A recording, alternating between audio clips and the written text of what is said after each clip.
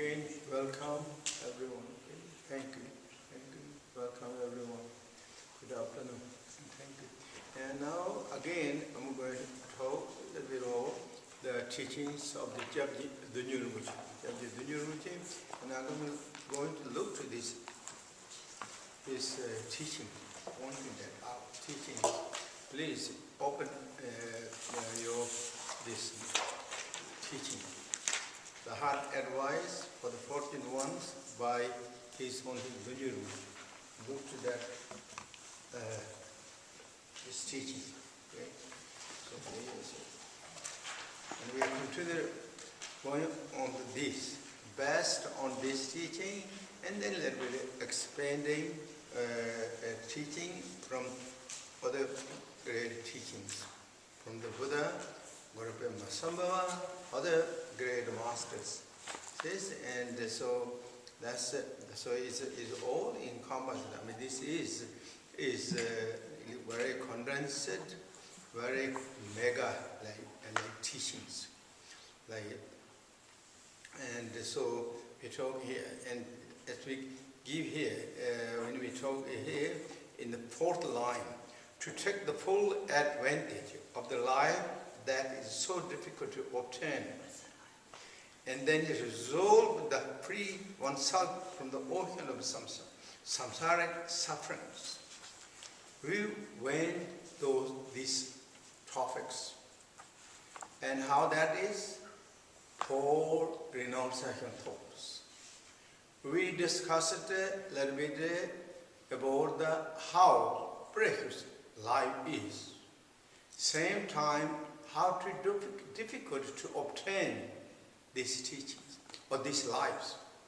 We discussed. Of course, this is the teaching of the gracious teacher Buddha Shakyamuni. But this is not just his teaching. His giving is something different realms or different areas happening. When we look to our own this world, the human lives are so special. At the same time, it is less than other populations. I'm talking about the animal realms. That's what we can see. Of course, in this case, talking about the human populations growing, there is over 4 billions. But think of how much populations of animal realms has.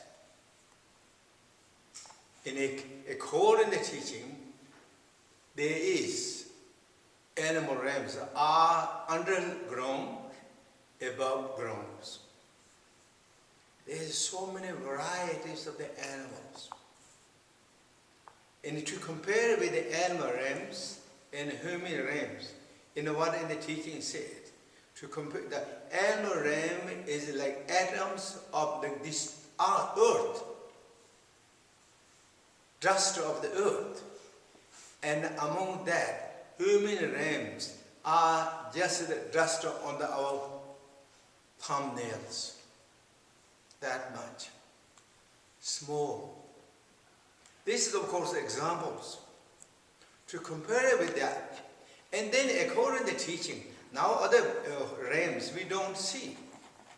Hungry ghost realm we don't see. Animal realms, hell realms we don't see. But according to the teaching, is even more than animal realms. So therefore, again, in these all reasons, the precious life is so, human life is so special. Among the 4 billion peoples, how many people are spiritually oriented? Even more rare. How many really have genuine thoughts of loving kindness, compassion, caring and concerning thoughts for others, with soft and kind-hearted persons? How many people? Everything. Among the 400 people, 400 billion people. To compare with that, spiritual oriented is so small. Among the spiritual oriented people, How many people are really keeping the Bodhisattva thought? What are we discussing? Bodhisattva in heart and mind. You all know Bodhisattva. How many people are really had thought of the Bodhisattva, thinking of all living beings? So therefore, it's going, when we look that way, it's true. It's not just a making up that. It's going rare and a rare and a rare. Or less, less, less. And now, for example, all of us in this one mandala or one in the platform of this time, we're doing retreat. Somehow we are quite oriented with spirituals. And quite some also are quite oriented with the loving kindness and compassion. And also we are really thinking of about quite Bodhisattva, quite often. We even chant that even though maybe we can't activate the exile as we wish it, but really sincerely chanting those prayers, wishing that every day maybe. Every day that. It is quite seldom. It's not something that we have to feel kind of special, kind of in the sense of arrogance, but have feel joy and happy and appreciate it. But same time, have the courage, commitment, confidence that I'm going to use this my precious life for a beautiful purpose to benefit to myself, to my family member, my friend, and all the beings. That is really so important. So therefore, I'm here that we have to full take advantage. And then we discuss it about samsara has a lot of difficulties. Cause and effects are inevitable. Everything is impermanent states. Those all known as the ocean of samsaras. Those are even though it's natural, but we in a way we go challenge. Always we challenge with impermanent. We challenge with the cause and effect inevitable. And we challenge with the difficulty and the challenges of samsaras, one after another. Now, what are we doing here? According to his own Dudjom teaching, that we like to change that status. We like to change our samsara, or this, where we are. We like to change. And then how to change that, where we go. That is known as going to the nirvanas. But this samsara, nirvana, as a between border of samsara, nirvana is nothing any further than anyway. I mean, it's not far. So, border of samsara, nirvana is within our mental status. One great master, Khenpo Rinpoche said, if you give up, if we are finished or we completely exhausted of the duality, nirvana is right there. The moment we are out of the duality, moment we are out of the clingings, that moment you are in the nirvanas. Right in the nirvana. So between border of the between samsara, nirvana is very, very narrow. There's actually nothing, no borders. No borders. Samsara, what the great master Naropa said in his teaching, the end of samsara is nirvana. The end of nirvana is samsara. There's no difference, reality, except duality, the ego clingings.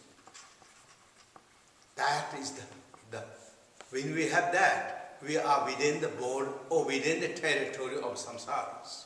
When we are processed to removing the duality and clinging, we are processed to going to the territory of the nirvanas. We are walking toward nirvanas. And of course, for a long time, for us, many of us, our practice and strength is not so strong. So therefore, we are going to back and forth in a way, lingering back and forth. But once you reach to the second path, and then fast booming, then you really reach the comfortable zone of the nirvanas. Until that, we are lingering back and forth. But if we keep the courage and the commitment, joy, and joy for effort, this is when we follow the teaching of the Buddha Shakyamuni and Gurupa Masamba, this is our destinations. And this is our goal. Here said we are advancing. We are taking advantage. So therefore, with that understanding, then what we do? When we do all that, when we know that, then what? And in the teaching said, in Buddha's teaching, you should contact qualified teachers. Qualified teacher is very important. I listed yesterday kind of principle or highlighted the qualification that explaining in Tantra and as well as in Mahayana, condensed one by the Shanti Devas. So those are the qualifications. But again, always in the teaching said, in the degeneration times, it's difficult to get completely highly qualified teachers. Difficult to find. As I yesterday, I'm sure you remember, I divided, or not I, is teaching. In the teaching said there is 3 different teachers. The ordinary teacher, Bodhisattva's teacher, Buddha teacher. We don't have the capability to contract the Bodhisattva or highly enlightened teachers. And we don't have the capability to also contract Buddhas. But what is our range? Range is the ordinary teachers. Even though ordinary teacher should have qualifications. And those are the qualifications I listed. As again in the teaching said, is practical instructions or pointing out. It's difficult to obtain all that qualifications. But when you know those qualifications, if you have those individually has 70s, 80% or 60% qualification, that can be accepted and can. The whole mark of the qualification of the teacher and as well as a student too is loving kindness, compassion, joy, and appreciation, openness mind, and loyalties, most stable. Those are the qualifications explained also for the student too, and a teacher. And if you have that, and then also a little bit more contentment, content. Those are qualifications. Particularly again, qualifications of the student, there is again many occur, 3 different explanations. But the simple one, highlighted by the great master, Shanti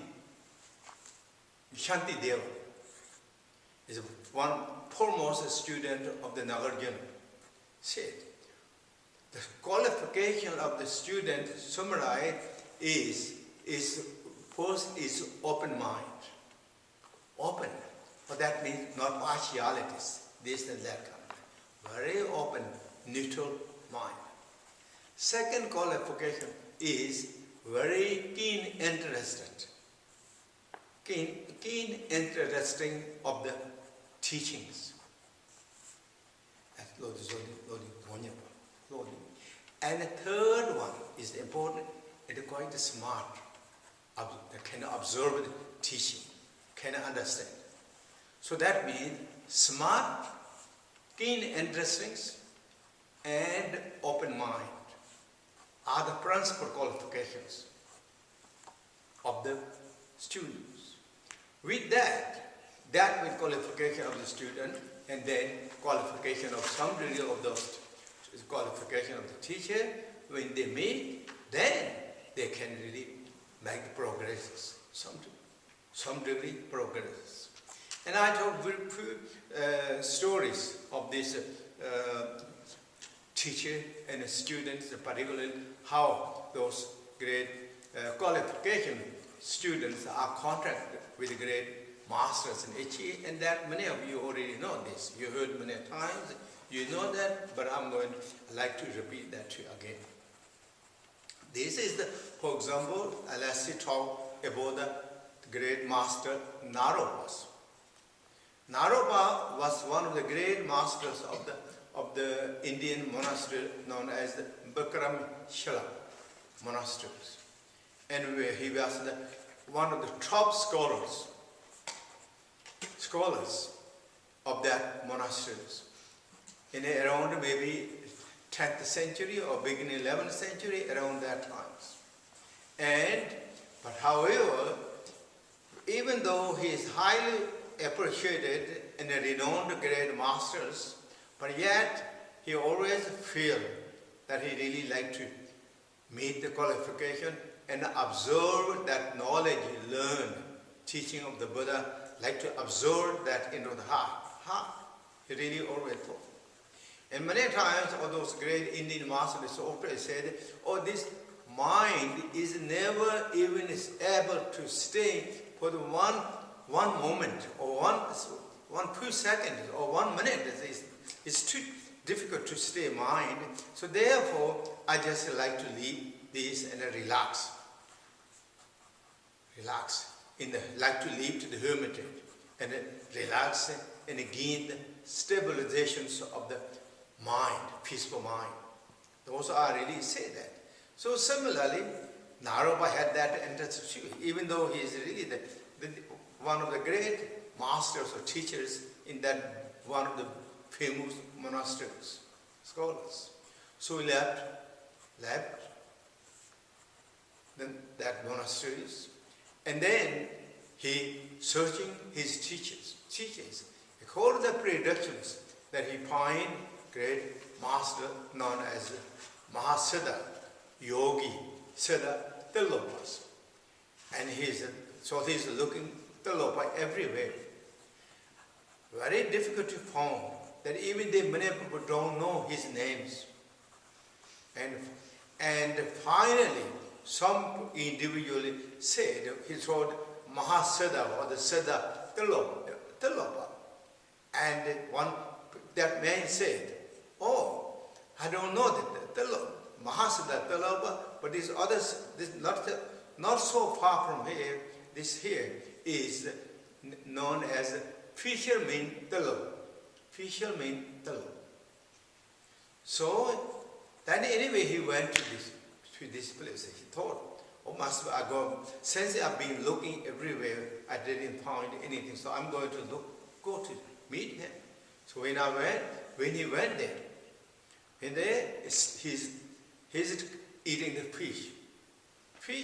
But each time, kind of one of the strange things, each time when he is eating the fish, in the teachings or in his stories, he's snapping. Looks like fish are kind of get back to life. Looks like he really feels kind of interested in something going on there. So he kind of asked, "Are you the master Tilopa?" He answered, I'm the Tilopa. He said, I'm the Tilopa. And then he's also not really communicating so much. But anyway, he feels something so special, so he contacted with this one and followed with that. And as you all read, and we all read, that Tilopa, he put Naropa so many tests, one after another. Big 12 tests, the hardships, and small 12 hardships he put, one after another. Each time is so difficult to that. But Naropa really gained great confidence. He is the master that I'm looking, and I'm going to stay with that. So when all that one after another, and after 24 different difficult hardship tests went through one after another. And then finally, Tilopa said to Naropa, you mustn't go and get water, we will make tea. Of course, in ancient time, making tea is not just like here, that you go in a hotel. You have to make the tea by yourself. Salt or boil the water and make the tea, hot drink. Or make hot water, hot drinks to make that.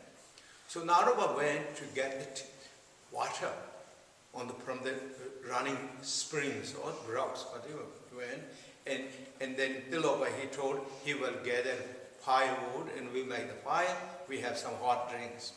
So Naropa went and got the water and bag and he was going to put there, and that moment,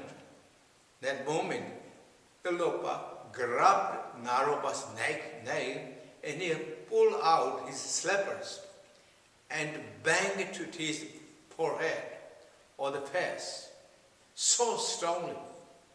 At that moment, Naropa fell down as unconsciousness. And after a while, he gained the consciousness and the teacher was right there. Tilopa was right there. And he got to bless that. At that moment, in the teachings, that when we wake up, he sees the perfect true nature, exactly as it is. As like past Bhumi, or the second Bhumi, or maybe at the Bhumis, whatever that is. Really gone completely originated true nature, naked true nature, as it is. So all those hardships, difficulties to end, it is the ascetic practices. And during that time, Naropa never lost his courage, commitment, and confidence, and stay in the rhythm, and stay in the course, and never got any wrong misconceptions of the Tilopas. And the Tilopa also knew the capabilities, readiness, courage, and commitment of the Tilopa. That's what he went with, giving all those, putting all those tests, hardships, one after another. So this is also a story of those great masters, great students, really communication and contact. Even though it looks like externally very hardship, difficult, but reality is purifications, purifying the karmas, purifying the obscurations, purifying the duality conceptions, discovering in it nature each process, one after another. And there is, these all beautiful stories in the words of my perfect teacher. I'm sure many of you have these books you can read. And now I talk another stories of the great Bodhisattvas, Dorje. This is the Buddha's teaching. And Dorje was very, very devoted, very enthusiasm to receive the Panchaparamata teachings. This is the teaching of the Buddha. And he already great Bodhisattva too, himself. But yet, he liked to explore more teachings, more understanding. Teachings. So he's searching and looking the great teacher of the Panchaparamatas. Everywhere. He couldn't find. One time, in the sky, sound came, said, you go from here about 500 miles, and there is great bodhisattvas known as the Chumpa in Tibet. Dorje is also in Tibet. Chumpa, Bodhisattva Chumpa, you go see him. He is the great master of Panchaparamata. Don't get any misconceptions of this great master of Bodhisattva Chumpa's activity. Receive the teaching. Go and teach to receive to this teaching, to this. When he heard this sound from the sky, he was so happy, so excited. Then he started walking.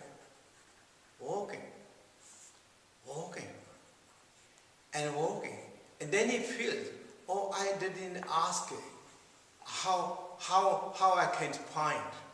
How I find that? He feel really little bit lost it, or I didn't ask enough precisely questions where these great masters and how I can find all that. So he was quite upset. But again, he is looking and searching. He was like completely thirst and hungry in order to receive the Panjaparamada teachings. And very longing and very enthusiastic. And finally, again, appeared the great beings or the Buddhas, enlightened, and appeared to him. And you go from here to the easterly directions. There is that Chumpa, and receive the teachings, all of that. So he went. On the way, he thought, oh, I don't have really any offerings to give to this Chumpa, and how I can get some kind of offerings to these great masters. And finally, to make the shorter stories, and then he was kind of injured, his physical injured, because tested by Indra. Indra is courage and commitment, injured. But where he was injured, and he's giving his kind of, he was having those tests by Indra, in the teaching said, and nearby the city, there is on the top, on the roof, on the balcony, there is a very wealthy, young, beautiful daughter of the rich, very, very rich merchant. She, with her friends, they're watching that on the street what's happening there. And there is one young, beautiful man. He's kind of like went through the physical kind of like difficulties because he's demanding something and went through that difficult troubles. And he was thought, why he's doing this? Why? What the reason he had to do this? So then afterward, she came closer to him and asked what the reason. And he mentioned, because I like to see these great masters, Chumpa, Bodhisattva, but I don't have any offering articles. So I like to get some offering. That's what I went through these physical kind of challenges for that. And he thought, oh, wow, this man is so courageous to see this master give some gift, and he's really kind of going this sacrificing or challenge with his physical such as like this. Maybe I will ask to my father, I give some offering to him. So then maybe I will go to him to see this great master too. And so he went back to her rich father and asked, and then father give the permission, and he got a lot of offering articles. And so then she told to Dorje, Bodhisattva Dorje, and now so I have the offerings, and we'll have to go together. I will see too these great masters. So she and with her all attendants, and together Bodhisattva Dorje went and received, made the offerings and received the Panjaparamada teachings.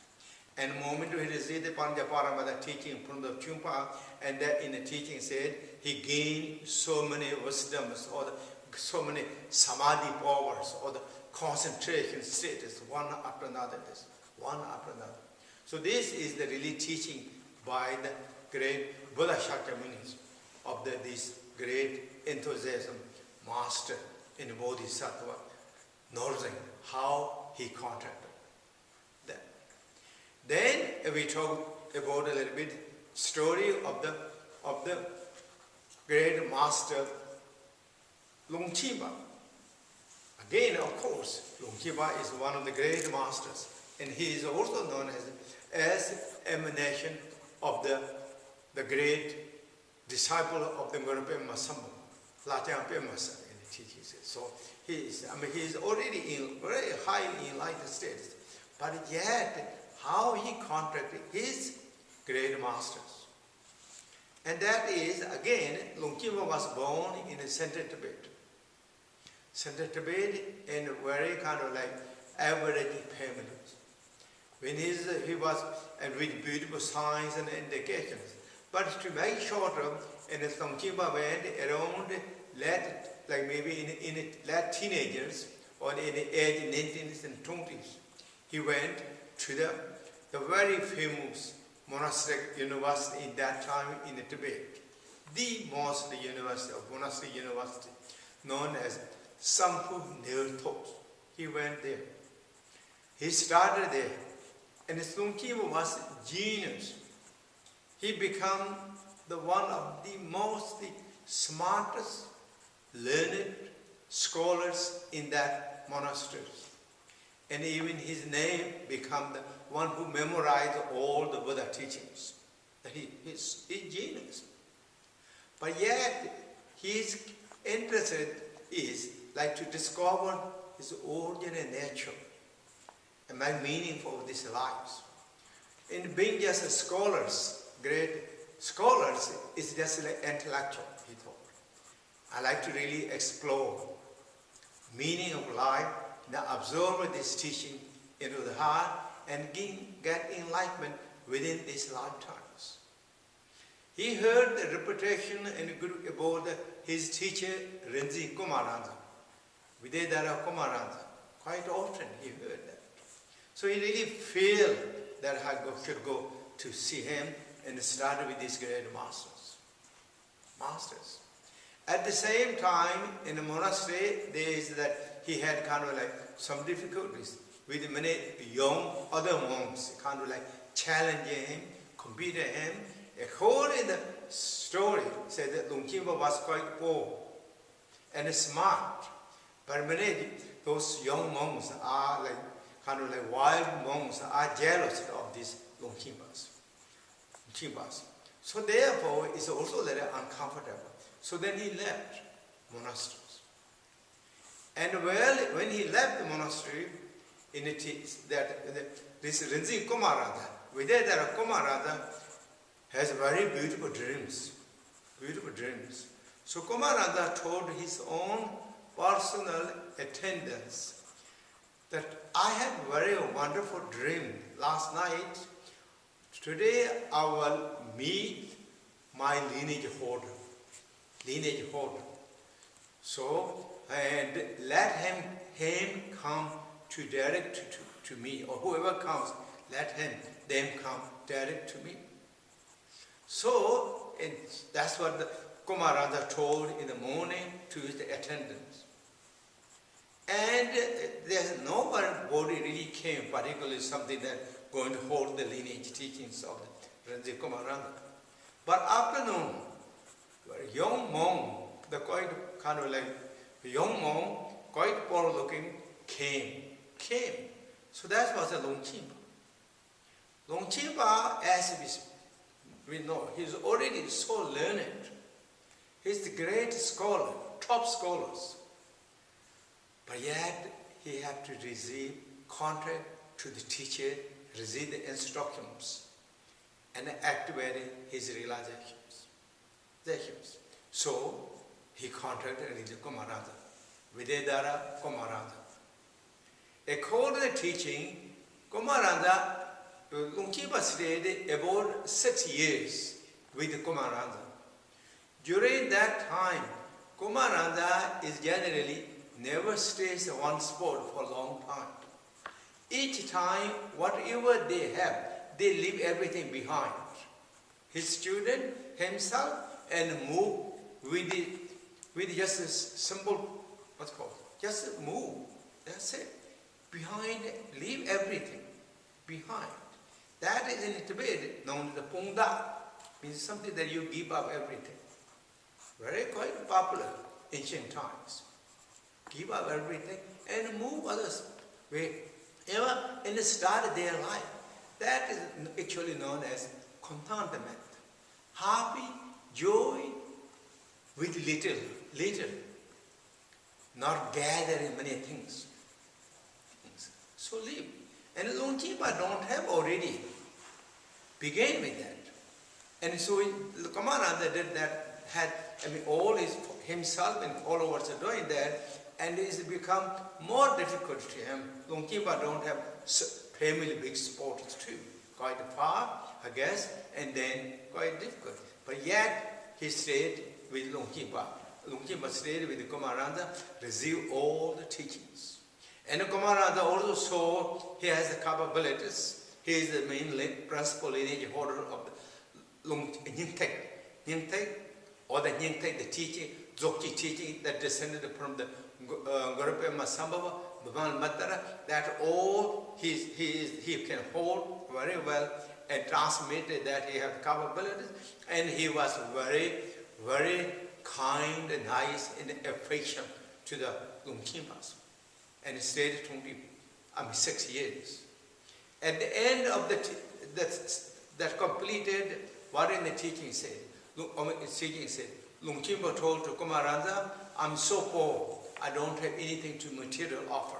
But I put this into the practices, what you give me, and actualize the realization, I make that offering. So my practice will be offering to you. And in the teaching said, he went to the central Tibet known as the mountain Kangri Thokar. It's very famous pilgrimage spot in Tibet. When they stayed in the teaching, some master said about 9 years, he practiced and meditated. Or many some said 3 years. And whatever he stayed, long time he stayed in that mountain, up in the mountain. And what Longkimpa has clothed, one bag, as a sleeping bag, or like bag. That is his clothes, that is his materials, or bedding, that is really what he is. But his courage, commitment, devotion, enthusiasm, joyful effort, never lingering, and stayed, and Longkimpa become known as second Garab Dorje, or Buddha Samedabhata, during that time. He actualized all the teachings, not just intellectually, but now completely discovered the teaching observed, and he become himself as great master of Dzogchen. That Dzogchen. And he become himself as a Dzogchen. And he discovered the innate primordial wisdoms and reached the enlightenment within that single, whether it is 3 years, 9 years, whatever in that time. That was how he stayed. His food is so little during that time. A cord really so small. Ever say 3 years. So small. So small amount of the food. And some kind of vitamin pills or market pills in the teaching said. But small. And he was really... So this is the story of the Longkimpa, how he contact and how he observed it, how he maintained courage and commitment, joyful effort and a devotion. Through that, then he actualized the realization as great Longkimpa and master Longkimpas. And then similar story of the Milarepa. Again the same thing. Milarepa is born as quite a wealthy family, according to teaching, in the very kind of near the Kailasha, mountain Kailasha region, very quite wealthy. But however, young time his father was passed. And mother and him and the little sisters are suffered and kind of put so much trouble by their relatives. And not just relatives, the whole neighborhood, whole village is turned against them without any reason. And went too much suffering and difficulties. And that suffering and difficulty, trouble that he went, that didn't perish his commitment, his hope, his vision. His vision. It really created trauma and kind of lost the identity. In a way, it's activated his courage and commitment as like volcanoes in undergrounds. Then, because of encouragement of the mother, and did all that he achieved the like magics, all those powers. And very soon, he was also a genius, even though Milarepa didn't go to school in academic levels, but he was genius and very highly intelligent person. He got all those powers and fulfilled the wish of the mother. Again, he he's not just feel, he created many negativities, one after another. And that again feels so kind of like, he feels bad about that. Feel it. And he didn't again lost his identity. Because of that, he thought, I'm going to change my directions.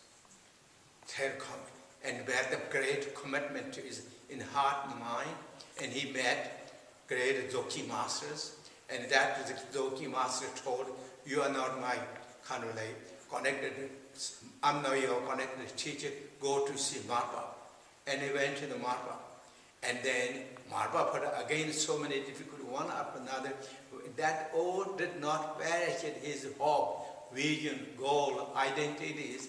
In a way, it is kind of making more his courage, his commitment are like more stronger, really stronger, more uplifting, very kind of like determination, commitment. He'd like to make the difference. Finally, Marpa gave the teaching and all that, and then Milarepa become as one of the great yogis in the Buddhist histories of achievement, great stories. This is all the different stories. And then you read life story of the great master such as Padma Rinpoche, and great master Mapon Rinpoche, great master of the Jampu Kuntra, and First and Chense. Their life story, how they are humble, simple, down to the earth, yet they're so committed, courage and commitment. They never kind of like stopping the practicing Dharma, even though they're highly realized beings. And they're never stopping to the like say, oh, is it enough? And I don't need, I receive that teaching, I receive that. They receive all the teaching and the practice, each other in honor and glorify, and they're sitting down to the earth and kind of humble themselves. This is really all these great masters, or they are the disciples of each others. How they are raw examples of all the practitioners.